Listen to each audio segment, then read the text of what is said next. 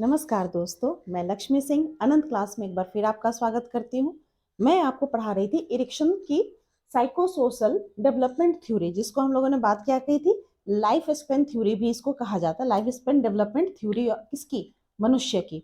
ठीक है, जिसमें हम लोगों ने बात किया था कि इसके 8 स्टेजेस है और उसके अंतर्गत मैंने आपको 4 स्टेजेस पिछले वीडियो में दे दिया था। आज मैं बाकी के 4 स्टेजेस बताने जा रही हूँ।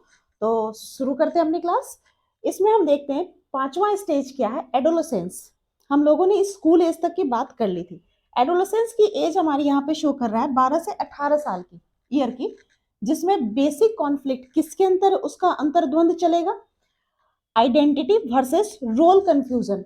कि कहता है क्या कि अपना कौन सा रोल मुझे, किस रोल में मैं सूट हो रहा हूँ, है ना। कह सकते हैं आइडेंटिटी अपनी पहचान ढूंढता है। अगर पहचान नहीं ढूंढ पाता है तो क्या होता है, बच्चा क्या होता है, कंफ्यूज रहता है। ओके, इस चीज में कहता है इंपॉर्टेंट इवेंट वहां क्या सीख रहा है, बच्चा क्या सीख रहा है इस स्टेज में, वह रिलेशनशिप के बारे में सीख रहा है। ओके, तो ये रिलेशनशिप उसकी कैसे डेवलप हो रही है, तो इस स्टेज में अकॉर्डिंग टू इरिक्शन यहाँ पे आउटकम्स क्या, रिजल्ट क्या बाहर निकल के आएंगे। तो बात होती है कि टीन्स, टीन्स हम लोग किसको कहते हैं, जो हमारे टीनेजर्स होते हैं, एडोलेसेंस के एज में जो बच्चे होते हैं उनको हम लोग क्या कहते हैं, टीन्स कहते हैं या टीनेजर कहते हैं। Teens need to develop a sense of self and personal identity. Okay, success leads to an ability to stay true to you, while failure leads to role confusion and a weak sense of self।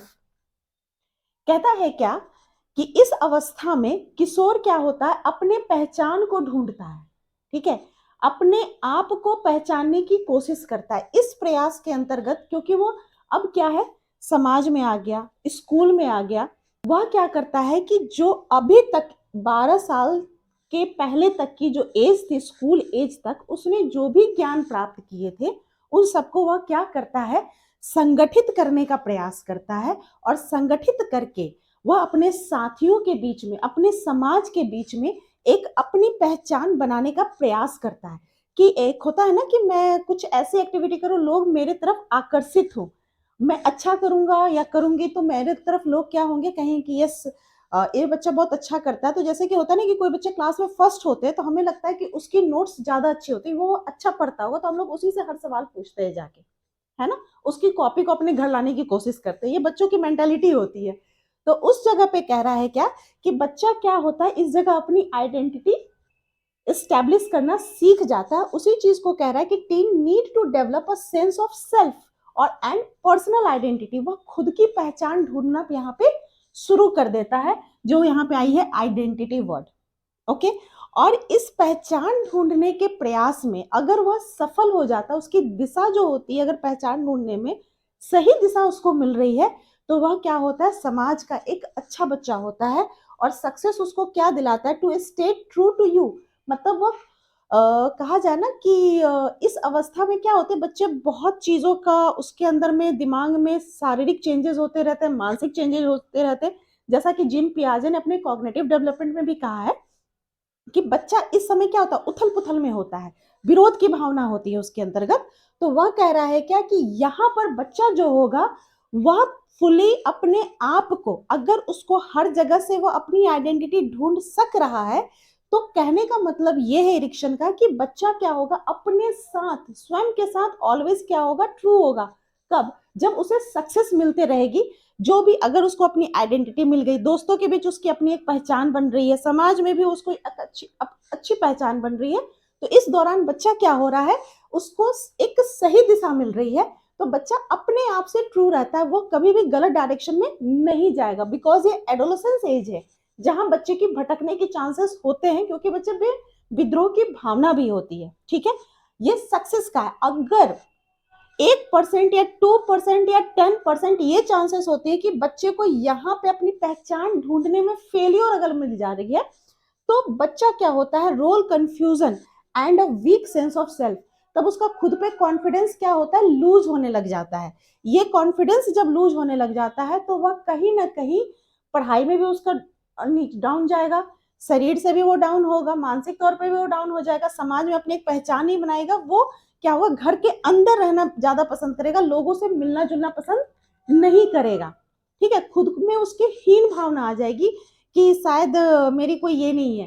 जैसे होता है ना friend circle में जब दोस्त बैठते तो आप देखना कि कुछ बच्चे जो होते हैं ना, जो थोड़ा सा वीक बच्चा होता है उसको बार बार और ना वीकनेस की तरफ डालते हैं, यार तो ये तो खेल ही नहीं पाते, इसको तो क्रिकेट आता ही नहीं है, ये तो बॉलिंग ही नहीं अच्छा करता, इस तरह के टोंट देते हैं, होता है ना।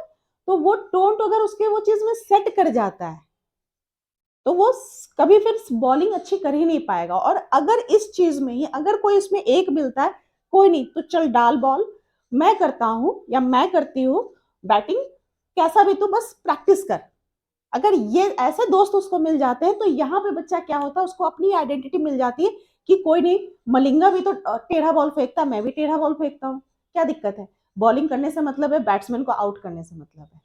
ठीक है, ये मैंने एक एग्जाम्पल दिया कि बच्चे को इस एज में जाकर अपनी आइडेंटिटी ढूंढने में अगर आप ऑलवेज उसके साथ क्या रहोगे, पॉजिटिव की तरफ रखोगे, तो बच्चा क्या होगा, ऑलवेज अपनी आइडेंटिटी को वो डेवलप सोसाइटी में कर सकता है। ऐसे फ्रेंड्स उसको जरूरी होते हैं, ऐसी सोसाइटी जरूरी होती है, अदरवाइज बच्चा क्या होगा, यहाँ अपनी कंफ्यूजन में आ जाएगा, वो अपनी पहचान को कहीं ना कहीं भूल जाएगा और वो दूसरे की, होता ना, दूसरे को कॉपी करने की आदत उसको पड़ जाएगी। ठीक है, तो ये चीज है। अच्छा, इस जगह पे बच्चे का क्या है, कॉन्फ्लिक्ट किसके बीच में, आइडेंटिटी वर्सेस रोल कंफ्यूजन। इस दौरान बच्चा अंतर्द्वंद में है, इस अंतर्द्वंद के संघर्ष में वह समाधान ढूंढने की कोशिश करता है। और अकॉर्डिंग टू इरिक्शन यहाँ पे एक मनोसामाजिक, विशिष्ट मनोसामाजिक गुण उसकी डेवलप होती है। वह क्या होती है, जो हम लोगों ने हर स्टेज में बात की है कि यहाँ पे वह क्या सीखता है, जो कीवर्ड यहाँ पर आएगी उसको हम लोग कहेंगे कर्तव्य निष्ठा। क्योंकि बच्चा यहाँ पे क्या हो रहा है, एक रिलेशनशिप डेवलप कर रहा है, किसके साथ, समाज के साथ, अपने फ्रेंड्स के साथ, वो ग्रुप में रहना सीख रहा है। तो यहाँ पे उसके अंदर क्या होगी, कर्तव्य निष्ठा होगी कि नहीं, मुझे अच्छा करना है, मुझे अपने कर्तव्य, उसको अपनी रिस्पॉन्सिबिलिटीज पता चलने लग जाएगी, जिसको हम लोग कहते हैं ना कि ये मेरा काम है, मुझे करना है, मुझे अपनी मेहनत अच्छे से करनी है। हर दृष्टिकोण से समाज में एक अच्छा नागरिक बनने के लिए भी वह हमेशा आगे बढ़ चढ़कर काम करेगा। तो यहाँ पे कीवर्ड इरिक्शन ने क्या दिया है, कर्तव्य निष्ठा। ये चीज यहाँ पे बच्चे की डेवलपमेंट हो जाएगी। नेक्स्ट पॉइंट देखते हैं। नेक्स्ट पॉइंट यहाँ पे कहता है यंग एडल्टहुड, मतलब पहले तो जो था एडोलेसेंस थी, किशोरावस्था, किशोरावस्था के बाद जिसको हम लोग कहते हैं ना कि अपने शब्दों में हम लोग कहते हैं जवानी, जिसको हम लोग बोलते हैं, तो यंग एडल्टहुड उसको हम लोग बोलते हैं इंग्लिश में। तो वह कौन सी हो गई, 19 to 40 ईयर्स। यहाँ क्या होगी, कॉन्फ्लिक्ट किसके बीच में होगा, intimacy versus isolation. Intimacy means होता है अंतरंगता, मतलब किसी के साथ आप घनिष्ठ संबंध में आओ, और दूसरा आइसोलेशन होता है अकेलापन।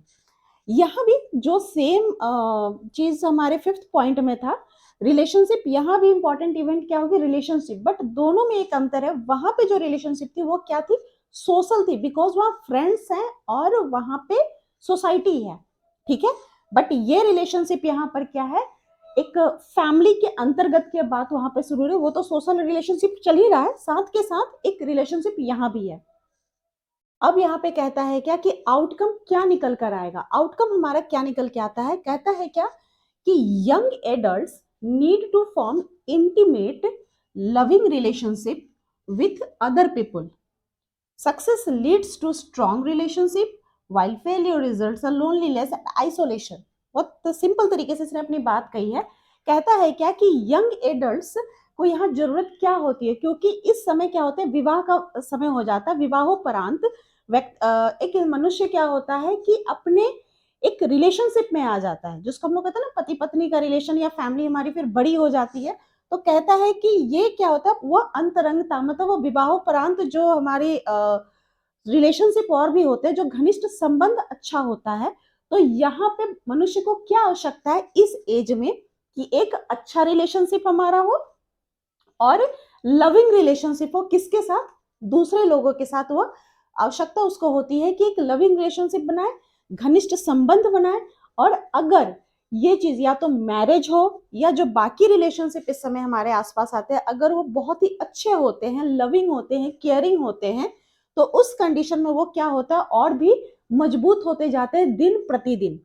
ठीक है, और अगर मान लीजिए कि अगर इस जगह वो फेलियर हो जाता है तो वह क्या हो जाता है, वो मनुष्य क्या होता है कि एक अकेलापन फील करने लग जाता है और वह खुद को समाज से कट के रहता है। ठीक है, तो यहाँ पे कह रहा है क्या कि यहाँ पे ये जो बेसिक कॉन्फ्लिक्ट किसके बीच में, इंटीमेसी एंड आइसोलेशन, क्योंकि यहाँ पे अगर मनुष्य घनिष्ठ संबंध नहीं बना पाता, अगर उसके संबंध में कोई धोखा हो जाता है तो उस धोखे में क्या होता है कि इंसान जो होता है फिर वो अकेला रहना ज्यादा पसंद करता है, समाज से अलग, क्योंकि उसने जिस पे विश्वास किया उसी ने उसको धोखा दिया।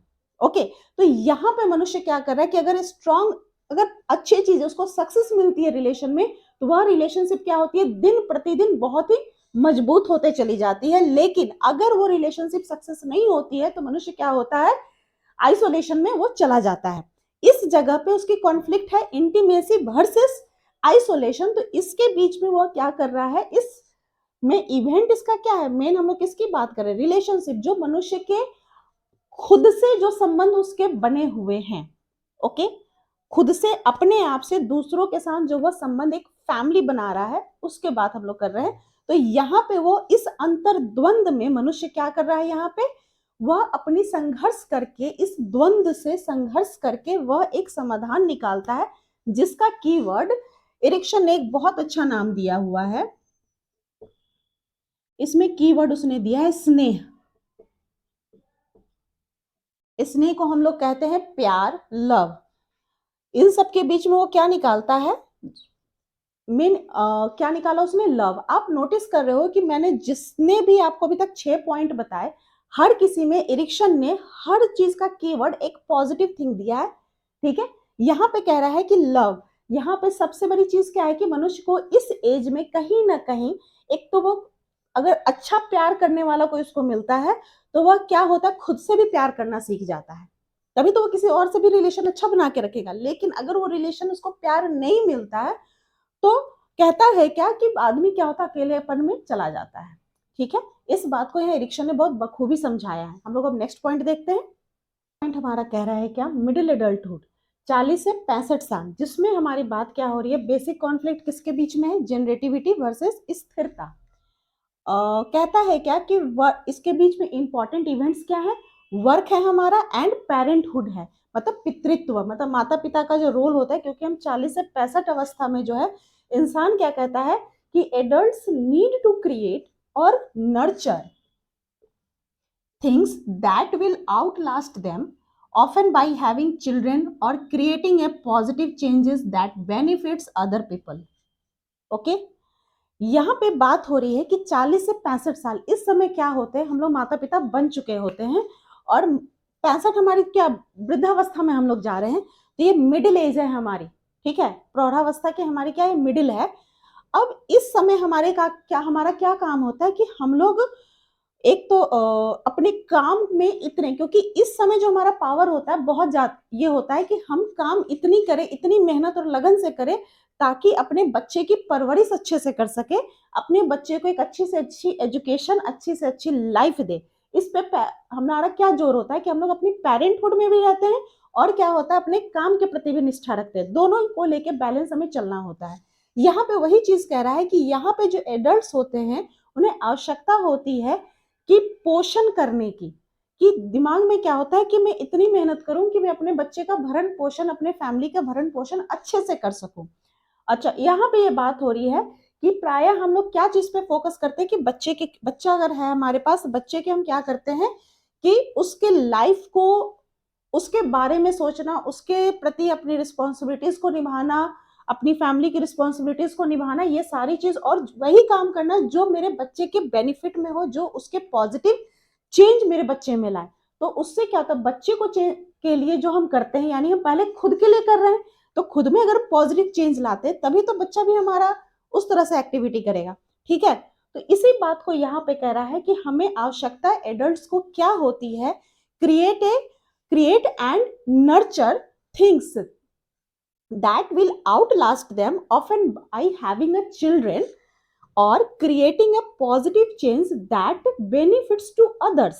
ऑब्वियस सी बात है, खुद में हम चेंजेस अच्छी लाएंगे तो हमारे आसपास जो लोग होंगे, हमारे जो बच्चे होंगे, हमारी फैमिली होगी, उन सब में भी क्या होगी, पॉजिटिव चेंज आएगी। ओके, अब कहता है क्या कि अगर आप ये सब करने में सक्सेस हो गए, आप अपने काम के प्रति भी निष्ठावान है, अपने बच्चे और फैमिली के प्रति भी निष्ठावान है, तो उस चीज में कहता है आप दोनों को बैलेंस अच्छे से करते हैं, आपको सक्सेस मिलती है, तो आप क्या फील करते हो अंदर से कि यस मैंने अपना अपना उपयोगी टाइम, अपना उपयोग तो खुद की उपयोगिता को मुझे पता चली कि यस मैंने जो किया सब अच्छा कर रहा हूँ, सब अच्छा कर रही हूँ। एंड खुद को क्या करते हैं, एकम्प्लिशमेंट मतलब खुद की उपलब्धि हमें फील होती है कि यस मुझे मेरी ये उपलब्धि है कि मैंने ये अच्छा काम किया। और अगर इस करने में अगर आप फेलियर हो जाते हैं, बिकॉज उपलब्धि आपकी क्या होगी कि जब आपका बच्चा स्कूल जाएगा, कुछ अच्छा करके आता है और उसकी जो सोसाइटी में जो उसके बिहेवियर हैं उसके अकॉर्डिंग वो अच्छा व्यवहार करता है, तो वो आपको खुद में ग्रेट फीलिंग आती है कि हाँ ये मेरी परवरिश है, ये मेरे संस्कार है जो मैंने अपने बच्चे को दिए। तो वो उपलब्धि किसकी है, आपकी खुद की है। ठीक है, ये पॉजिटिव सक्सेस है हमारा। इस चीज की ही बात यहाँ कर रहा है क्योंकि वो हम लोग क्या है, पेरेंटहुड में आ चुके हैं। तो पेरेंटहुड की यहाँ 40 से 65 वर्ष कहता है। तो यहाँ पे जो उपलब्धि है पेरेंट्स की या काम के प्रति कि मैंने ये काम किया, इसका मुझे रिजल्ट अच्छा मिल रहा है, तो मेरी क्या है, उपलब्धि है। ओके। और यहाँ पे कहता है कि मान लो कि अगर आपने अपने तरफ से फुल मेहनत की, काम हो या घर में हो या बच्चे के प्रति हो, लेकिन आपको उसके बजाते वो रिजल्ट नहीं मिलता है, बच्चे आपका कहना नहीं मानते हैं, आपके साथ बदतमीजी करते, बाहर भी गलत एक्टिविटीज में आ गए हैं, संगत गलत कर लिए हैं, तो वह क्या होती है, इस जगह पे वो आपके लाइफ में एक आपकी पूरी दुनिया में क्या होती है, उथल पुथल होने लग जाती है। वही चीज को कह रहा है क्या कि while fail your result shallow involvement in the world, मतलब आपकी लाइफ में पूरी दुनिया ही में क्या होती है, उथल पुथल। या आपका बच्चा खुद से परेशान रह रहा है किसी बात से, वो शेयर नहीं कर पा रहा है, तो उस अवस्था में क्या होता है कि पेरेंट्स को ये फील होता है कि ये लगता है कि मेरे से ही कहीं कोई गलती हो गई है, या बच्चा किसी कारण से, बच्चे को आप नहीं समझ पा रहे हो, तो भी क्या होती है, पेरेंट्स की ही मिस्टेक होती है। तो उस चीज को ही कह रहा है क्या कि एक फेलियर जो होती है कहीं ना कहीं इस अवस्था तक आते आते ये उथल पुथल का कारण बन जाती है। ठीक है। अच्छा, इसमें एक कीवर्ड, जैसे कि हर एक में कीवर्ड देते हैं एरिक्सन ने, इसमें भी इन्होंने कीवर्ड दिया है। कीवर्ड, यहाँ पे कीवर्ड हमारी क्या आ गई, रिस्पॉन्सिबिलिटी।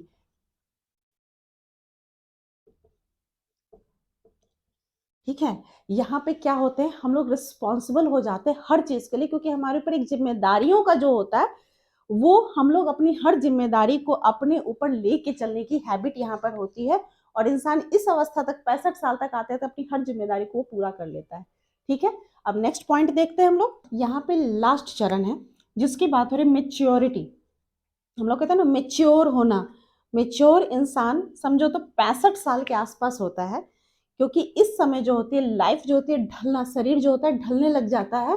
और कहीं ना कहीं लाइफ का ये आखिरी पड़ाव हम कह सकते हैं, वृद्धावस्था जिसको कहता है। मेच्योरिटी 65 साल से डेथ तक की बात हो रही है, जिसमें कहता है बेसिक कॉन्फ्लिक्ट किसके बीच में होता है, ईगो इंटेग्रिटी, मतलब खुद की ईगो से ही अंतर्द्वंदता चल रही है। मतलब एक होता है ना वो अपनी हर बातों पे एक आइडियलिज्म बना लेना, अपने ईगो पे क्या स्टिक रहना, जिसको ना बोलते अपने ईगो से वफादारी हम कह सकते हैं, ईगो इंटेग्रिटी। ठीक है, क्योंकि इस समय जो होते हैं ना कि जो जिस अवस्था में पहुंच गए उसके बाद वो क्या होते हैं, अपने पर वो स्टेबल हो जाते हैं कि नहीं मेरी बात ही होनी चाहिए। अब देखना कि एक छोटा बच्चा और एक बुजुर्ग, वो दोनों को इसीलिए समान कहा गया है क्योंकि जितने छोटे बच्चे 2 साल 3 साल 5 साल तक के बच्चे जिद्दी होते हैं, उतने ही जिद्दी 65 साल के वाले और उसके बाद वाले लोग भी होते हैं। ठीक है, तो कहा जा रहा है इसलिए बच्चे और बूढ़े को व्यवहार में कहा जाता है वो समान ही हो जाते हैं लगभग। अब यहाँ बात हो रही है ईगो इंटेग्रिटी वर्सेस डिस्पायर। डिस्पायर क्या हो गया, ये क्या हो गया, निराशा। मतलब आप अपने ये कब डेवलप करते हैं और ये कब डेवलप होता है इसकी बात करते हैं। इंपॉर्टेंट इवेंट क्या है, रिफ्लेक्शन ऑन लाइफ, क्योंकि इस समय इंसान क्या होता है 65 साल तक हमने काम किया, रिटायरमेंट हमारी हो गई, अब हम लोग क्या डेवलप करते हैं कि हमने पूरी लाइफ किया क्या। ठीक है, तो इसमें बात हो रही कि अपने लाइफ के बारे में, अपने बीते हुए कलों के बारे में आप देखना कि इस अवस्था में लोग बात करते हैं कि हम इस समय ऐसा करते थे, हम इस समय ऐसा करते थे। अब यहाँ बात हो रही है कि आउटकम इसमें क्या आता है, तो इसमें हम लोग देखते हैं कि older adults need to look back on life पीछे देखते हैं, मोस्टली वो आराम से अपने पिछले दिनों को याद करते हैं and feel a sense of fulfilment. Success at this stage leads to feeling of wisdom, while failure results in regret, bitterness and despair. बात यहाँ पे हो रही है कि इस अवस्था में लोग बैठकर क्या करते हैं कि अपने पिछले दिनों को ज्यादा याद करते हैं। वह अपने पीछे दिनों की हर अच्छी बातें, हर बुरी बातों को शेयर करते हैं, अपने कंपनी में बैठना पसंद करते हैं और कह रहा है क्या कि वो एक ना खुद में फुलफिलमेंट की फीलिंग करते हैं कि यस, मैं मुझे तृप्ति जिसको हम लोग कहते हैं कि अब फील करते हैं कि हाँ, हमने जो भी काम किया सब अच्छे से किया, अपने से किया, अपने हाथों से किया और वो बहुत हैप्पीनेस की फीलिंग उनके अंदर होती है और प्राउडनेस जिसको बोलते हैं, जिसके बाद यहाँ ईगो इंटेग्रिटी की बात हो रही है। ईगो इंटेग्रिटी ना कह के हम कह सकते हैं वो खुद पे प्राउड करते हैं कि यस, मैंने जो अपने तरफ से एफर्ट लगाए, मेरे पास जो चीज था उसके अकॉर्डिंग मैंने उससे ज्यादा एफर्ट लगाया, तो वो खुद में प्राउड फील करते हैं। सक्सेस अगर उनको मिल जाती है, यानी कि बच्चे सारे सेटल होते हैं, फैमिली में शांति होती है, सारे सब जगह उनके उन्होंने जो पाया, जो किया, वो सब उनकी सुख शांति से उनकी जीवन चल रही है, तो उनको क्या फील होता है कि उस जगह उनको क्या होता है, विजडम, मतलब मैंने सब कुछ पा लिया, पूरी दुनिया उनको मिल गई। ठीक है, लेकिन अगर वही इस जगह पे अगर इस अवस्था में इंसान को तकलीफ मिलती है, अगर उसको दर दर भटकना पड़ जाए, बच्चे उनके साथ न दें, या घर में बच्चे अगर साथ देते हैं तो जो बाकी लोग आते हैं वो साथ नहीं दे रहे हैं, तो कहीं ना कहीं वो पूरी जिंदगी की जो उसने की थी अपना काम, उसमें उसको क्या मिलती है, निराशा मिलती है। और वह क्या होता है, उसको खुद में रिग्रेट फील होता है कि मैंने अगर किया भी उस उन सालों में, अपने 65 साल तक की उम्र में मैंने जिन लोगों के लिए भी किया, वो लोग अगर मेरे लिए कुछ गलत कर रहे हैं, तो उनको वो क्या होता है, खुद में खुद के लिए खुद को वो दोषी मानते हैं कि मैंने उनका भला क्यों किया। ठीक है, ये सारी फीलिंग आती है, डे टू डे लाइफ की बात है ये। और रिग्रेट फील करते हैं, खुद में बिटरनेस मतलब करवाहट की वो फीलिंग आती है, वो चिड़चिड़े हो जाते हैं। और दूसरा क्या, उनमें निराशा भर जाती है। ठीक है, तो ये अवस्था बहुत ही डिफिकल्ट इसीलिए मानी जाती है, और एरिक्सन ने इस अवस्था में सबसे अच्छी बात कीवर्ड दी है, जिसका नाम है, वर्ड कहो या पॉइंट कहो, सैल्वेशन। क्योंकि इंसान जो इस अंतर्द्वंद में रहता है ना, अपनी ईगो इंटेग्रिटी एंड वर्सेस डिस्पायर के बीच में, तो वो एक समाधान निकालता है, तो वो प्रभु की भक्ति में अपने आप को मोस्टली डालते हैं ना। होता है ना, इस समय लोग अध्यात्म को भी ज्यादा अपनाते हैं इस अवस्था में। तो कहता है क्या कि इसमें इरिक्शन ने बहुत अच्छी वर्ड दी है, सेल्वेशन, जिसमें इंसान अपने आप की पहचान ढूंढना यहाँ भी शुरू करता है। अभी तक हम लोगों ने जो भी थ्योरी पढ़ी थी उसमें हम लोगों ने 18 साल 19 साल तक की बात कही थी, लेकिन एरिक्सन ने बहुत ही अच्छी मनुष्य की पूरे लाइफ का एक चक्र जो होता है, लाइफ स्पेन की, उसके बारे में बताई है कि इंसान हर अवस्था में कुछ ना कुछ फील करता है। जितने बच्चे इंपॉर्टेंट हैं एक एजुकेशन के मामले से, एक उसके मानसिक विकास, शारीरिक विकास से, उतने ही इंपॉर्टेंट हमारे मेच्योरिटी लेवल के लोग भी हैं। तो हर अवस्था को बखूबी इरिक्शन ने निभाया है और हर कुछ दिया है। और ये क्वेश्चन आपके सी टेट में आते ही आते हैं। सी टेट हो या कोई भी कॉम्पिटेटिव आपकी टीचिंग एबिलिटी की जितनी भी है, टेट के एग्जाम उसमें आने ही आने हैं। इवन ये एमएड के सिलेबस में भी है, इसलिए मैंने आपको बहुत ही विस्तार से इसको समझाया है। आप चाहो तो इसके स्क्रीनशॉट करके नोट्स बना सकते हो, और इसके कुछ क्वेश्चंस भी हम लोग अपने वीडियो में आगे चल के डिस्कस करेंगे। तो उम्मीद है आपको मेरी क्लास और ये वीडियो आपको पसंद आई होगी। ज़्यादा से ज़्यादा लाइक करिए, सब्सक्राइब करिए और मेरे चैनल के साथ बने रहिए। मिलती हूँ नेक्स्ट वीडियो में कुछ और टॉपिक के साथ। तब तक के लिए नमस्कार।